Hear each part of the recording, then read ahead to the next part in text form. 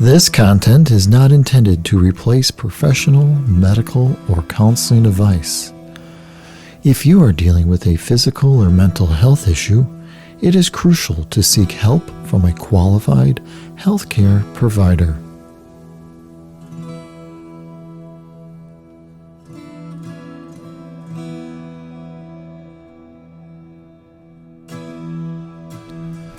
Hello friends, and welcome back to Drone Machine. This is Brother Poe. On today's episode of Drone Machine, it's all about focused listening. Bound at the Wrists and I have been working together for some time, and just recently I have given over a lot of my field recordings and interviews that I did throughout the years on different topics, and just looking for that little bit of a nugget of conversation to add to some ambient tracks. He's working on a new album of just conversation type, deep thought, deep thinking type tracks, trying to put it all together in a long ambient piece that's going to be dedicated to a restful night of sleep. So I've offered up a lot of my older recordings to him to start doing that. Today's piece is kind of like our first introduction into that driving mechanism of using historical recordings, found sounds, field recordings, and then the ambient backgrounds that Bound at the Wrist usually makes to drive into the full, blissful, peaceful listening experience. So the recording that he chose was an interview that I gave, or a conversation that I had, however you want to phrase that, back in 2024, in September of 2024, which isn't that long ago, but it really is if this is the first time you're meeting me, if this is the first time you're hearing my voice.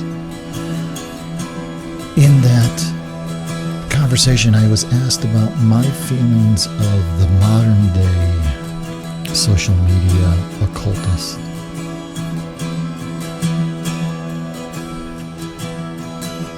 Believe it or not, I have very high opinions and ideas of people who claim to be part of the occult movement, the modern day occult movement, and where they choose to use their power to manipulate others.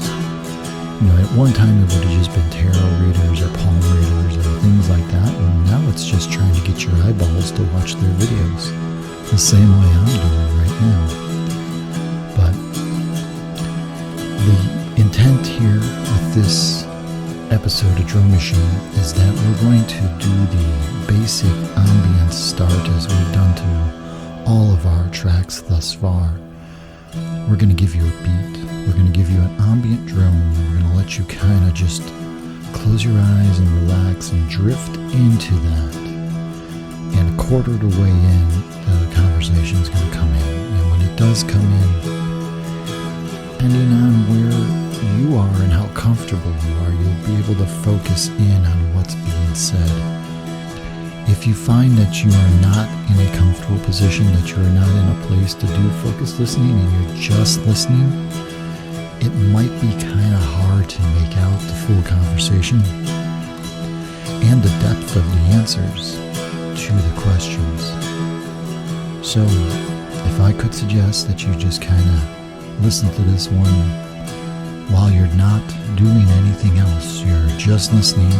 Headphones, of course, as always, with anything for Drone Machine, it's always best to use headphones or earpods or whatever you use to deliver sound to your ears, isolating the world around you. Speakers in cars and things like that, sure, that's fine and whatnot, but remember, we're really putting a lot of our energy and effort into mixing and producing to that audio level that is more of a dedicated listening type experience. So without talking your ear off or without getting you out of the mood to listen, I give you Drone Machine.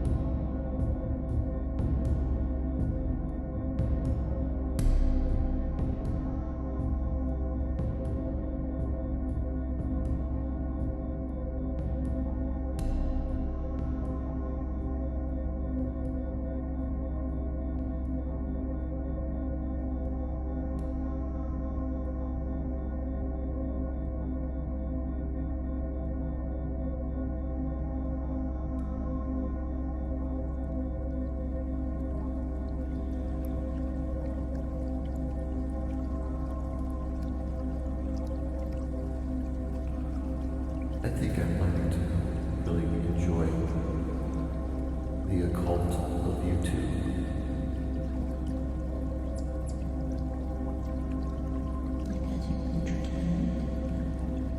Yes, as entertainment. Information or understanding. Well, that too, I think. I'm taking it at face value that these individuals are actually being honest in their beliefs.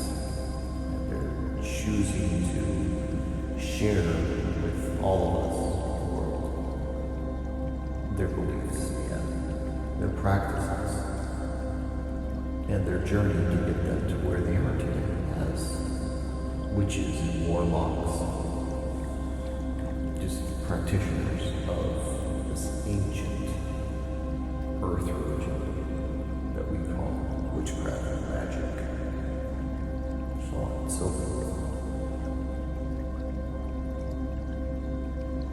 I like the diversity that exists for those that see it strictly as a visual representation of one's power, influence.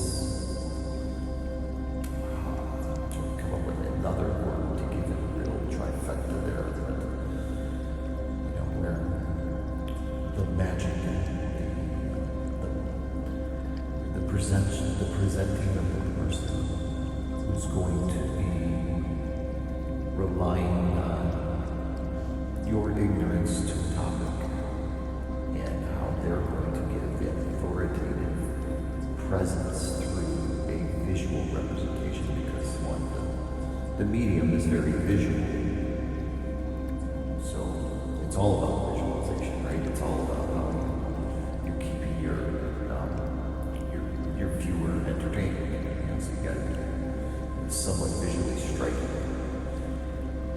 And how on this platform, this world, is everything that is the world that we live in today, is how even the person with the most intuitive and informational and just the deepest reality into that topic, if they are not visually striking, if they don't have the right space that allows you to look at them, feel like, okay, I want to watch this person. They can have the best message, the best information, the greatest instructions, the answers to everything, but if they don't have that visual thing, nobody's going to pay attention. Nobody's going to care in that world. And unfortunately, that world really does hold the keys to the castle, to everybody's attention, including mine, including yours, everybody. I think there's something there, we've got to play by their rules. If we're going to be part of it, we have to play by their rules. If anybody's going to come along, they have to say, okay, this is how it's working for this person. I have to mimic, because to do anything different or new, there's no chance of achieving the goal. And the goal is people's attention to your way of thinking or doing something. Or to admiring you for your talent. It's 70% ego. Like, you gotta have an ego in order for it to work. You gotta want to be that special flower in that peacock in order for it to work.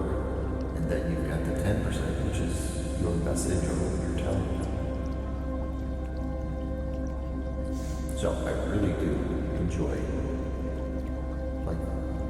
watching these people who are these occult practitioners. I find the whole topic of the earth religions to be very, very interesting.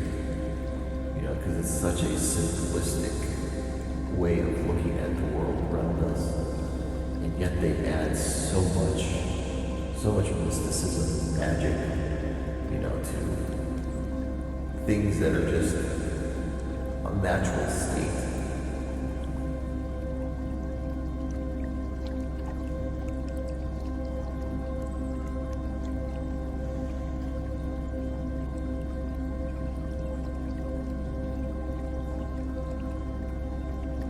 Like saying that this is the perfect time of the year to speak with the dead. It seems like such a weird, asinine statement, but they all make it, and they all believe that this time of the year is the perfect time to speak with the dead. And from a psychological standpoint, if you were to spend time outside, after spending the summer or the spring outside, you say, okay, it's springtime, things are coming, growing, things are changing, it's becoming more habitable for life to be abundant and free moving. You don't have to hibernate or hide, depending on the climate that you live in, of course. A lot of it has to do with that, with how we migrate. If you're only basing it off that, you say, okay, so it's fall time, and things are dying, you're sussing back. So this is the time that things die. So this must be the best time to talk to the dead, because everything around us is decaying. So I could see the way that philosophy would have carried through for centuries or even longer, just at the earliest gathered thoughts about who we are and where we come from and what happens when we go. Early people having these questions and whatnot. I could see everything being governed by the seasons. If you have seasons, if you grew up on an island in the middle of paradise, and your seasons don't really reflect what our seasons are here, your philosophy is going to be completely different. Think about things in a different way. You're not going to think about leaves falling from trees, on a wispy walk in the middle of Michigan. You're not going to know that. Like the trees of Michigan, the trees of your island are two different trees. Your insects, your life forms are different. So,